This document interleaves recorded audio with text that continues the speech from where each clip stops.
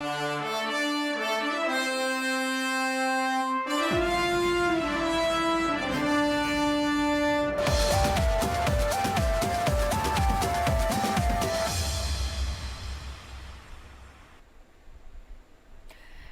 आप देख रहे हैं विशेष बुलेटिन। मैं हूं आपके साथ उन्नति भटनागर। बुलेटिन की शुरुआत करेंगे महत्वपूर्ण खबर के साथ, जहां सीएम योगी आदित्यनाथ ने मुलाकात की है। प्रधानमंत्री नरेंद्र मोदी, गृहमंत्री अमित शाह और जेपी नड्डा से मुलाकात हुई है सीएम योगी आदित्यनाथ की। तो ये बड़ी खबर आपको बता दें, मोदी, शाह और नड्डा से शिष्टाचार भेंट हुई है सीएम योगी आदित्यनाथ की। यूपी में संगठन, मंत्रिमंडल में बदलाव पर विशेष चर्चा की गई है इस दौरान। तो देखिए, उत्तर प्रदेश के मुख्यमंत्री योगी आदित्यनाथ दिल्ली दौरे पर हैं। यहां उन्होंने प्रधानमंत्री नरेंद्र मोदी, केंद्रीय गृहमंत्री अमित शाह और भारतीय जनता पार्टी के अध्यक्ष जेपी नड्डा से मुलाकात की है। इस मुलाकात में कई मुद्दों पर बात हुई है, जिनमें यूपी बीजेपी अध्यक्ष के चुनाव पर भी चर्चा शामिल थी। साथ ही प्रधानमंत्री नरेंद्र मोदी के अगस्त में वाराणसी दौरे से जुड़े कार्यक्रमों पर भी बातचीत हुई है। मुख्यमंत्री योगी आदित्यनाथ का दिल्ली दौरा एक शिष्टाचार भेंट बताया गया है, लेकिन माना जा रहा है कि इसके पीछे एक बड़ा राजनीतिक मकसद है। कुछ समय से खबरें चल रही थी कि सीएम योगी की मुख्यमंत्री की जो कुर्सी है वो खतरे में है। ऐसे में मुख्यमंत्री योगी आदित्यनाथ का ये दिल्ली दौरा उनके राजनीतिक ताकत और पकड़ को दिखाने के रूप में देखा जा रहा है। कुछ लोगों का मानना है कि हाल में ही डिप्टी सीएम केशव प्रसाद मौर्य और अमित शाह के बीच हुई मुलाकात के जवाब में ये किया गया है। उस मुलाकात में आगामी विधानसभा चुनावों को लेकर चर्चा हुई थी। इसके बाद से यूपी में नेतृत्व बदलने की अटकलें तेज हो गई थी। लेकिन देखिए, कहीं ना कहीं अब इन अटकलों पर विराम लगता हुआ नजर आ रहा है, क्योंकि सीएम योगी आदित्यनाथ ने जो शिष्टाचार मुलाकात की है वो बड़े संदेश, बड़े संकेत देती हुई नजर आ रही है। और देखिए, तस्वीरें लगातार हम आपको दिखा रहे हैं किस तरीके से प्रधानमंत्री से मिले हैं सीएम योगी आदित्यनाथ, गृहमंत्री अमित शाह से मिले हैं, जेपी नड्डा से उनकी मुलाकात हुई है और संगठन को लेकर विस्तृत चर्चा की गई है।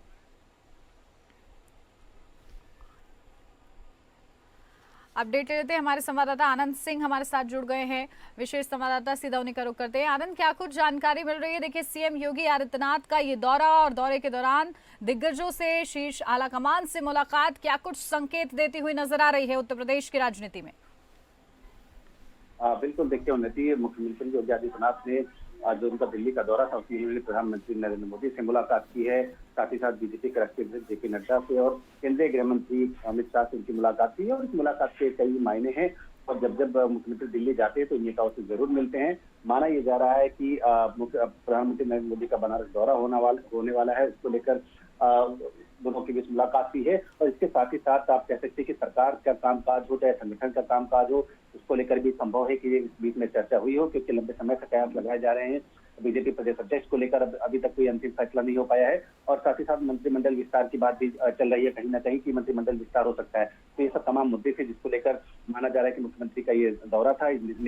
तमाम निगम में पद खाली पड़े हैं, आयोगों में पद खाली पड़े हैं, तो कई ऐसी चीजें थी जिसको लेकर ये कहा जा रहा है कि मुख्यमंत्री योगी आदित्यनाथ की जो भी जेपी नड्डा हो चाहे तमाम दूसरे नेता हों, उनसे जो मुलाकात हुई उसमें इन सब चीजों पर बात हुई हो। इसके अलावा तमाम चीजें उत्तर प्रदेश से जुड़ी हुई, चाहे विकास परियोजनाएं रही हो, चाहे जेवर एयरपोर्ट का मामला हो, चाहे तमाम दूसरी चीजें रही हो, इसको लेकर भी एक जो प्रगति रिपोर्ट होती है, प्रोग्रेस रिपोर्ट, ये कहा जा रहा है कि उसके लेकर भी एक तरह से प्रेजेंटेशन मुख्यमंत्री योगी आदित्यनाथ ने दिया है नेताओं को और ये बताया है कि यूपी किस तरह से विकास कर। बिल्कुल। और देखिए, क्योंकि जो अटकलें लग रही थी सीएम योगी आदित्यनाथ की कुर्सी को लेकर, उस पर भी आनंद विराम लगता हुआ इसके माध्यम से नजर आया है। देखिए उन्नति, इस तरह की जो बातें हैं वो आज से नहीं चल रही, काफी लंबे समय से इस तरह की बातें सियासी गलियारों में चल रही है। उनकी कुर्सी को लेकर आए दिन ऐसा होता है, जब चाहे दोनों डिप्टी सीएम हो या मुख्यमंत्री हो, जब भी दिल्ली का दौरा होता है तो उसको उनकी कुर्सी से जोड़ दिया जाता है। हालांकि ऐसी कोई बात फिलहाल होती दिखाई नहीं दे रही है। और प्रधानमंत्री नरेंद्र मोदी जब उत्तर प्रदेश के दौरे पर थे, एक समय बीत चुका है जब उन्होंने उपयोगी यानी यूपी के लिए योगी, यूपी और योगी को जोड़ते हुए उन्होंने उत्तर प्रदेश के लिए उपयोगी बताया था उनको। उनकी तारीफ की थी, उनके कामकाज की तारीफ की थी, उनके कानून व्यवस्था का जो मुद्दा रहा था उसको लेकर तारीफ की थी। हालांकि सरकार की बात हो चाहे संगठन की बात हो, दोनों चीजों में लेकर फेरबदल की संभावनाएं चल रही है कि मंत्रिमंडल का विस्तार हो सकता है। और संगठन का जहां तक आपको जानकारी है कि अभी तक प्रदेश अध्यक्ष तय नहीं हो पाया है, उसको लेकर भी मंथन ये माना जा रहा है कि इन चीजों पर डिटेलिंग के साथ पूरी वहां पर बात हुई हो। ठीक है आनंद, आप बने रहिए हमारे साथ, लौटूंगे आपके पास ज्यादा जानकारी के लिए।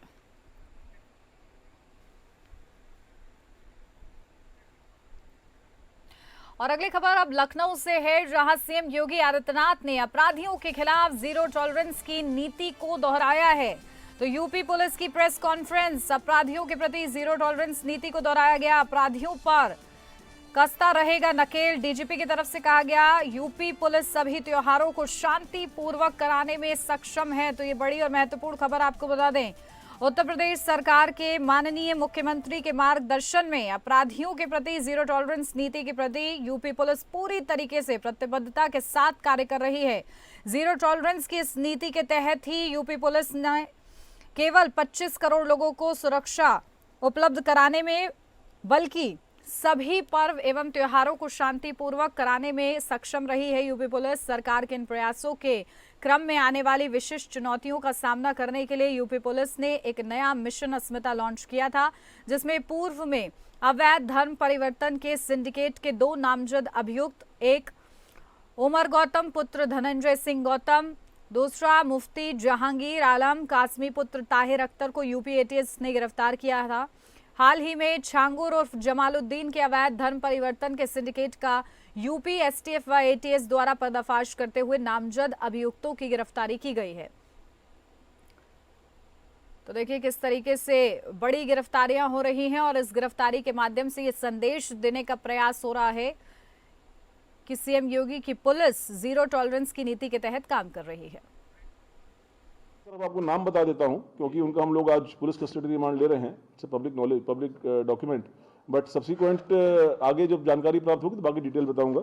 इसमें गोवा से आयशा उर्फ एसबी कृष्णा, कोलकाता से अली हसन उर्फ शेखर राय, कलकत्ता से ओसामा, आगरा से रहमान कुरैशी, मुजफ्फरनगर से अबू तालिब, देहरादून से अबुर रहमान, जयपुर राजस्थान से मोहम्मद अली, जयपुर से जुनैद कुरैशी, दिल्ली से मुस्तफ़ा उर्फ मनोज, जयपुर से ही मोहम्मद अली, ये 10 लोग गिरफ्तार हुए। अगेन वो सब चीजें अब क्योंकि अभी आए हैं पकड़ करके, वो इन्वेस्टिगेशन के बाद मालूम पड़ेंगी, बट इसमें से कुछ लोग डेफिनेटली एक हायर लेवल पर कोऑर्डिनेट कर रहे थे, बट इनके आगे भी कोई था कि नहीं था, फंडिंग वगैरह के नाम हमारे पास। अपडेट लेते हैं, हमारे विशेष संवाददाता लगातार हमारे साथ बने हुए आनंद सिंह, सीधा उनका रुख करते हैं। आनंद, क्या कुछ जानकारी? देखिए, यूपी पुलिस ने प्रेस कॉन्फ्रेंस करते हुए स्पष्ट कर दिया है कि जो जीरो टॉलरेंस की नीति अपराधियों के खिलाफ अपनाई जाती है वो आगे भी जारी रहेगी। चलिए, शायद आनंद सिंह से हमारा संपर्क टूट गया है, दोबारा से कोशिश करेंगे, लेकिन उससे पहले ये बड़ी खबर आपको बताई हमने कि किस तरीके से डीजीपी की तरफ से स्पष्ट रुख अपनाया गया है अपराधियों के खिलाफ, यानी कि अपराधियों को बख्शा नहीं जाएगा, उनके अपराध के लिए उन पर जीरो टॉलरेंस की नीति अपनाई जाएगी।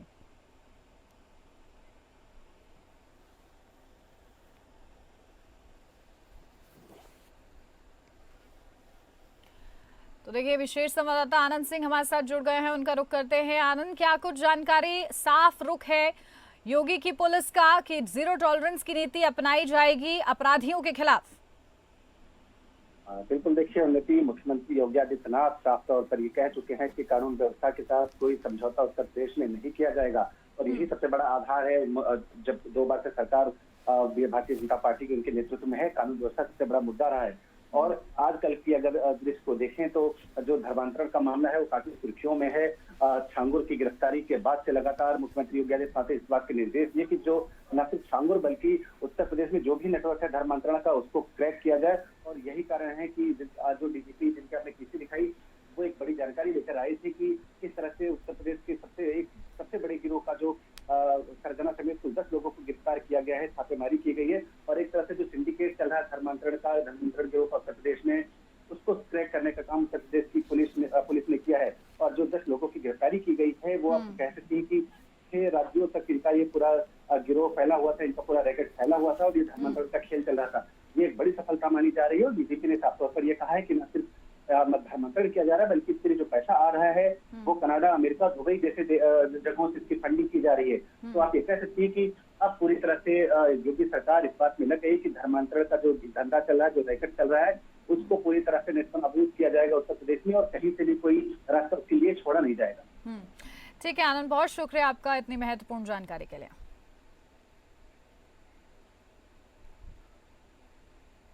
और अब खबर आगरा से सामने आ रही है, जहां अवैध धर्मांतरण का खेल उजागर हुआ है। तो अवैध धर्मांतरण गिरोह का भंडाफोड़ हुआ है, जहां यूपी पुलिस ने अवैध धर्मांतरण गिरोह का भंडाफोड़ किया है। आगरा पुलिस ने 6 राज्यों से 10 आरोपियों को गिरफ्तार किया। आगरा से लापता 2 बहनों के मामले की जांच में सामने आया था ये पूरा मामला। तो बताते हैं आपको पूरा मामला। योगी सरकार अवैध धर्मांतरण को लेकर लगातार ताबड़तोड़ कार्रवाई कर रही है। योगी सरकार की पुलिस ने अवैध धर्मांतरण के रैकेट चलाने वाले जमालुद्दीन उर्फ छांगुर के खिलाफ एक्शन के बाद एक और बड़े अवैध धर्मांतरण का रैकेट चलाने वाले गिरोह का पर्दाफाश किया है। ये गिरोह प्रदेश में युवतियों को बरगलाकर, प्रलोभन देकर और कट्टरपंथी सोच के जरिए अवैध धर्मांतरण कराने में संलिप्त था। पुलिस ने गिरोह का भंडाफोड़ करते हुए विभिन्न राज्यों से 10 आरोपियों को अरेस्ट किया है। डीजीपी राजीव कृष्ण ने बताया कि सीएम योगी के निर्देश पर अवैध धर्मांतरण पर रोक लगाने के लिए प्रदेश भर में मिशन अस्मिता चलाया जा रहा है। ऐसे में पुलिस को आगरा से 2 सगी बहनों के लापता होने की सूचना मिली। पुलिस ने मामले की जांच की तो अवैध धर्मांतरण का पूरा खेल सामने आया। जांच में पता चला कि दोनों लड़कियों का ब्रेन वॉश कर अवैध धर्मांतरण किया गया। इसके बाद पुलिस ने मामले की तह तक जाना शुरू किया। इस दौरान कई चौंकाने वाले तथ्य सामने आए। डीजीपी ने बताया कि अवैध धर्मांतरण के लिए कनाडा, अमेरिका और दुबई समेत कई देशों से करोड़ों रुपए की अंतर्राष्ट्रीय फंडिंग मिली थी, जिसका उपयोग देश में धार्मिक कट्टरता फैलाने और लड़कियों को बहलाकर उनका धर्म परिवर्तन कराने में किया जा रहा था। इनके तौर तरीके, फंडिंग का दायरा और कार्यशैली आईएसआईएस जैसे वैश्विक आतंकी संगठनों की तर्ज पर ही संचालित होती दिखी है। पुलिस ने जांच के दौरान 6 राज्यों से 10 आरोपियों को अरेस्ट किया है, जिसमें एक लड़की भी शामिल है।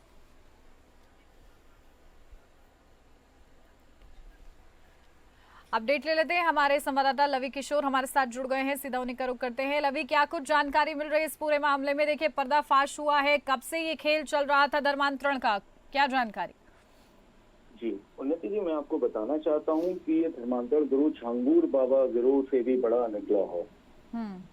सीएम योगी आदित्यनाथ द्वारा चलाए जा रहे मिशन को उत्तर प्रदेश पुलिस ने आगे बढ़ाते हुए ये मामले को पूरा पर्दाफाश किया है। दरअसल मार्च के महीने में ये दोनों बहनें घर से गायब हुई थी, लेकिन पुलिस ने उस समय इस मामले को थोड़ा हल्के में डाल दिया था। फिर मई के महीने में गुमशुदगी को अपहरण के मामले में दर्ज किया गया, जिसके बाद पुलिस थोड़ी जागरूक हुई और परिजनों द्वारा लगातार पुलिस के पास चक्कर लगाए जा रहे थे। धीरे धीरे जब साइबर सेल की टीम एक्टिव करी गई तो उसके बाद जानकारी में सामने आया कि जो बड़ी बहन है उसकी एक प्रोफाइल फोटो मिली एक लड़की के साथ, जिसमें एक AK-47 का उसके साथ हाथ में फोटो था। और इस पूरी जानकारी में पुलिस थोड़ी अलर्ट हुई। सर्विलेंस टीम को एक्टिव किया गया, जहां से दोनों बहनों की जानकारी मिली। बिल्कुल ठीक है लवी, नजर बना के रखिएगा आप इस पूरे मामले पर। बहुत शुक्रिया आपका।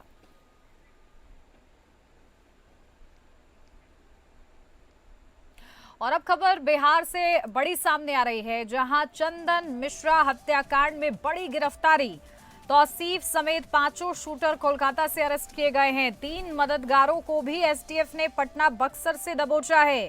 तो ये बड़ी खबर आपको बता दें, जहां दिन दहाड़े जिस तरीके से ये हत्या को अंजाम दिया गया था अस्पताल के अंदर, इस पूरी खबर ने, इस पूरी घटना ने कहीं ना कहीं सनसनी मचाकर रख दी थी। पटना के पारस अस्पताल में चंदन मिश्रा हत्याकांड में शामिल तौसीफ समेत 5 शूटरों को गिरफ्तार कर लिया गया है। इस बात की जानकारी एक पुलिस अधिकारी ने दी है। पुलिस ने कहा है कि तौसीफ, निशु सहित 5 को कोलकाता से गिरफ्तार किया गया। पुलिस के मुताबिक देर रात तक कोलकाता के अलग अलग इलाके में छापेमारी की गई। तो वहीं एसटीएफ ने अन्य 3 मददगारों को भी पटना और बक्सर से गिरफ्तार किया है। ऐसे में इस हत्याकांड में शामिल अब तक कुल 8 लोगों की गिरफ्तारी हो चुकी है। इससे पहले बिहार पुलिस और पश्चिम बंगाल एसटीएफ की एक संयुक्त टीम ने इसी मामले में न्यू टाउन से 5 लोगों को हिरासत में लिया था। इसी के साथ अधिकारियों ने आपको बताया था कि गेस्ट हाउस में मिले लोगों में से एक संदिग्ध के पैर में चोट आई और उसे एम्बुलेंस ले जाया गया। तो चंदन मिश्रा, जिसकी पारस अस्पताल में गोली मारकर हत्या की गई थी, इस पूरे मामले में जो शूटर्स हैं वो गिरफ्तार हुए हैं। तस्वीर लगातार हम आपको दिखा रहे हैं किस तरीके से इस हत्या को अंजाम दिया गया था। अपडेट लेते हैं, हमारे संवाददाता मोहम्मद दानिश हमारे साथ जुड़ गए हैं। दानिश, क्या कुछ जानकारी मिल रही है? पुलिस को बड़ी सफलता मिली है, शूटर्स अब शिकंजे में है, पूछताछ के जरिए अब तक क्या खुलासा? जी देखिए, चंदन मिश्रा हत्याकांड में पुलिस को बड़ी सफलता मिली है और इस मामले में जो मुख्य शूटर है तौसीफ पाशा और उनके साथ साथ 8 लोगों को कोलकाता से गिरफ्तार किया गया। इनमें एक महिला भी शामिल है और सभी आरोपी को कोलकाता कोर्ट में पेश करने के बाद ताज़ी रिमांड पर लेने की तैयारी पुलिस जो है कर रही है। जो जानकारी मिली है कि इस हत्याकांड में आज जो पुलिस जो है बड़े बड़े नाम की खुलासा कर सकती है, साथ ही आज पीसी के द्वारा जो है जानकारी दे सकते हैं। साथ में अस्पताल के 4 गार्डों को भी हिरासत में रखा गया है, जिससे पूछताछ जारी है। और अस्पताल, क्योंकि पुलिस कहीं न कहीं पुलिस को शक है कि इसमें अस्पताल के भी लोग की भूमिका हो सकती है। और इस घटना को जो दिया गया, जो शेरू गैंग के जो है जो शेरू है वो उन पर जो है अभी तक जो सूत्र बता रहे हैं कि उन्हीं के द्वारा ये घटना का अंजाम दिया गया। साथ ही निशु खान जो तौसीफ खान के जो रिलेटिव है, जो भारत के पीछे समनपुरा में रहते हैं, उनको भी पुलिस ने हिरासत में लिया है। साथ ही उनको भी जो है उनसे भी पूछताछ करेगी, क्योंकि जो तौसीफ खान है वो घटना से एक रात पहले जो है निशु खान के घर पर ही थे और वहीं पर रहने के बाद जो है बिल्कुल। देखिए, अब यकीनन इस पूरे मामले में आगे जांच बढ़ेगी और कार्रवाई भी होने की उम्मीद जताई जा रही है। बहुत शुक्रिया दानिश आपका तमाम जानकारी के लिए। खंड से सामने आई है जहां सीएम धामी का एक गजब फरमान सामने आया है, जहां उत्तराखंड में सरकारी कर्मियों के लिए ये फरमान 5000 का सामान लिया तो देनी होगी जानकारी। ये बड़ी खबर आपको बता दें, पत्नी के लिए साड़ी खरीदनी हो या बच्चे के लिए कपड़े, उत्तराखंड में सरकारी कर्मचारी 5000 से ऊपर की कोई खरीदारी करते हैं तो उसे अपने विभागाध्यक्ष से इसकी अनुमति लेनी होगी। और इस अजब गजब आदेश के लिए बाकायदा सरकारी आदेश भी जारी किया गया है। आदेश में लिखा गया है कि कोई सरकारी कर्मचारी जो अपने 1 महीने के वेतन 5000 रुपए जो भी कम हो से अधिक मूल्य की किसी चल संपत्ति के संबंध में क्रय विक्रय के रूप में या अन्य प्रकार में कोई व्यवहार करता है तो ऐसे व्यवहार की रिपोर्ट तुरंत दी जाए अपने विभागाध्यक्ष को। तो देखिए, बड़ी खबर आपको बता रहे हैं किस तरीके से ये फरमान सामने आया है।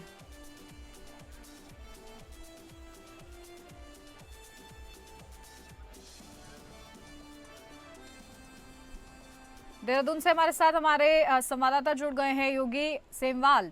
सीधा आपके पास आ रही हूँ, क्या कुछ जानकारी मिल रही है, क्या ये फरमान है और सरकारी जो कर्मचारी हैं क्या उनकी प्रतिक्रिया है इस फरमान के बाद?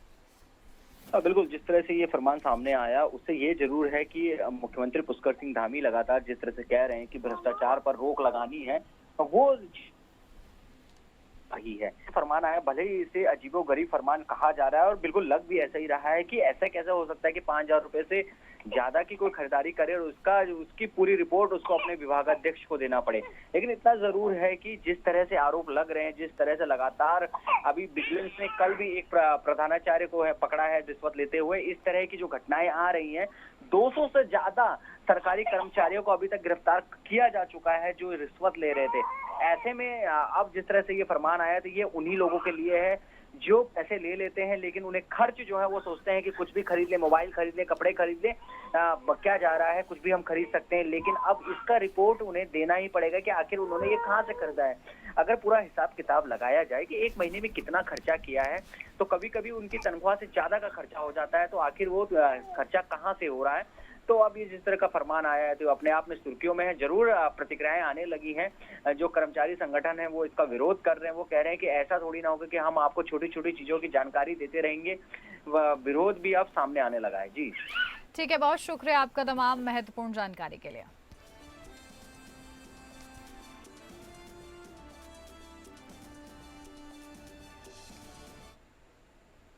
और अब अगली खबर देहरादून से सामने आ रही है, जहां एक हाथी ने उत्पात मचाया है। कांवड़ यात्रा के दौरान लच्छीवाला रेंज अंतर्गत देहरादून मार्ग पर मणिमाई मंदिर के समीप लगाए गए भंडारे में अचानक हाथी पहुंच गए। कांवड़ियों की ओर से तेज आवाज में साउंड सिस्टम बजाने व हल्ला मचाने पर हाथी क्रोधित हो गए और उन्होंने वहां खड़ी 2 ट्रॉली पलट दी।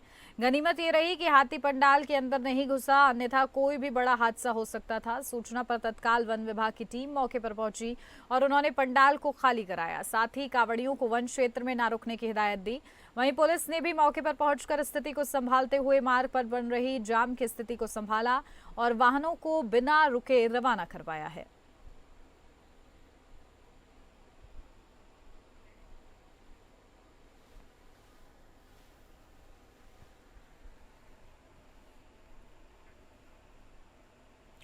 राज्य विधायकों को मंजूरी मिली है। अब ये विधेयक किस तरीके से आगे चर्चा का विषय रहते हैं, ये देखना होगा। इस पर सुनवाई भी होगी, 22 जुलाई को निर्धारित की गई है।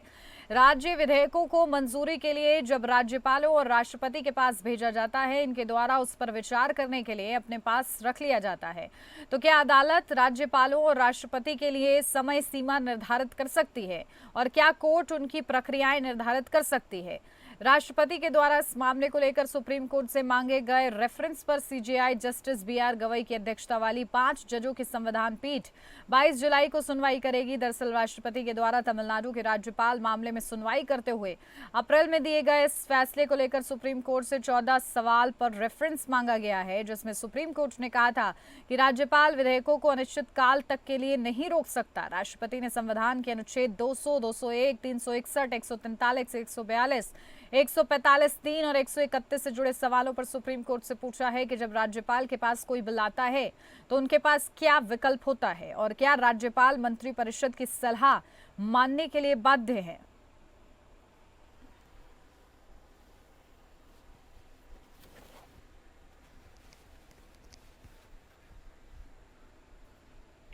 और अब खबर ललितपुर से सामने आ रही है, जहां प्रशासन की व्यवस्थाओं की पोल खुली है, जहां शमशान घाट ना होने के चलते लोगों को परेशानी हुई है। आपको बता दें, जिला प्रशासन विकास के बड़े बड़े दावे कर अपनी वाहवाही लूट रहा है, तो वहीं ब्लॉक बिरधा की ग्राम पंचायत कपासी ग्राम अमूखेड़ा से मानवता को शर्मसार करने की तस्वीर सामने आई। यहां ग्रामीण को सड़क नाली सफाई से जूझना तो पड़ ही रहा है, वहीं इंसान के मर जाने पर भी उसे सही तरीके से अंतिम संस्कार करने में भी परिजनों को असुविधा हो रही है। एक माह के अंदर मानवता को शर्मसार करने वाली दूसरी घटना सामने आई है, जहां गांव में शमशान घाट न होने की वजह से मृतक के दाह संस्कार के लिए ग्रामीणों को पॉलिथीन का सहारा लेकर उसका अंतिम संस्कार करना पड़ रहा है, जिससे यही लगता है कि प्रशासन जिले में कहां तक विकास कर चुका है। आपको बताते चले कि ग्राम अमऊखेड़ा में एक महीने के अंदर दूसरी घटना सामने आई है, जब ग्रामीण बरसात के समय में शमशान घाट न होने के चलते दाह संस्कार करने के लिए पॉलिथीन को चारों तरफ पकड़कर अंतिम संस्कार करने में लगे हुए हैं। ऐसा नहीं है कि प्रशासन को इसकी जानकारी ना हो, लेकिन इसके बाद भी प्रशासन द्वारा कोई भी कार्य नहीं किया जा रहा है, जिससे ग्रामीणों में आक्रोश व्याप्त है। इन दिनों बरसात जिले में जमकर कहर बरपा रही है, जिससे लोगों का जीवन अस्त व्यस्त बना हुआ है। कई जगह जल भराव की स्थिति भी बनी हुई है।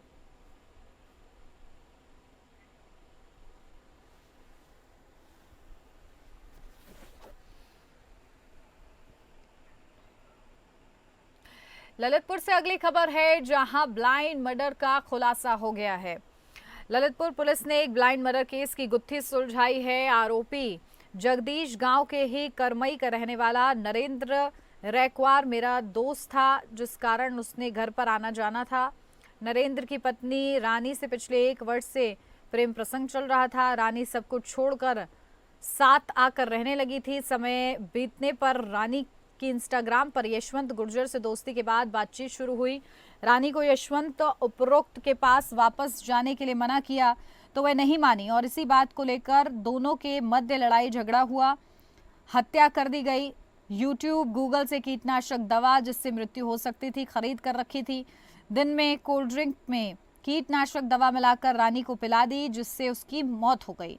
रानी के फोन से इंस्टाग्राम पर अपलोड कर दिया गया, जिससे ऐसा प्रतीत हुआ कि रानी यशवंत के साथ है और रानी की यदि पहचान हो जाए तो पुलिस ये सोचे कि रानी की हत्या यशवंत ने की है। साहब, मैंने अपने बच्चे के लिए व्यापक रूप से षड्यंत्र रचा था और अपने गांव में वापस जाकर रहने लगा था। ये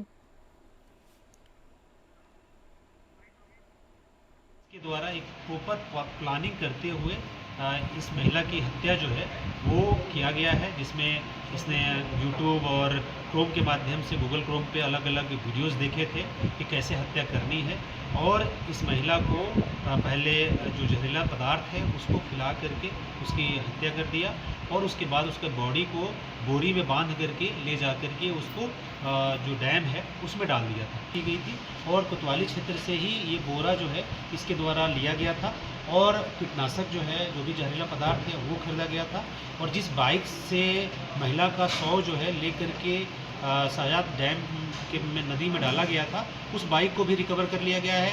मोबाइल फ़ोन जो है वो भी रिकवर कर लिया गया है और इसको हम लोग ऑपरेशन कन्विक्शन के तहत इसको मुकदमे को चिन्हित करके जल्द से जल्द इसको सजा भी कराने का हम लोग प्रयास करेंगे।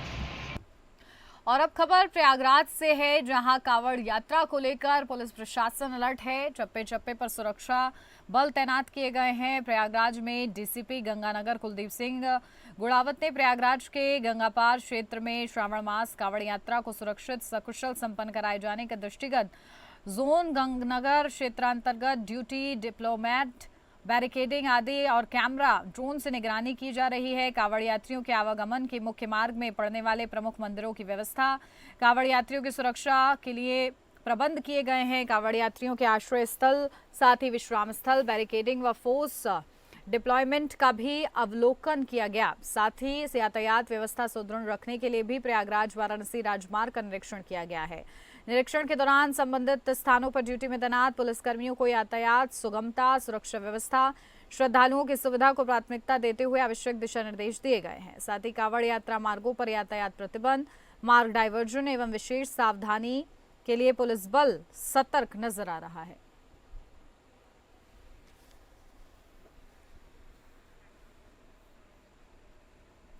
और इसी के साथ इस बुलेटिन में बस इतना ही। आप बने रहिए हमारे साथ। नमस्कार।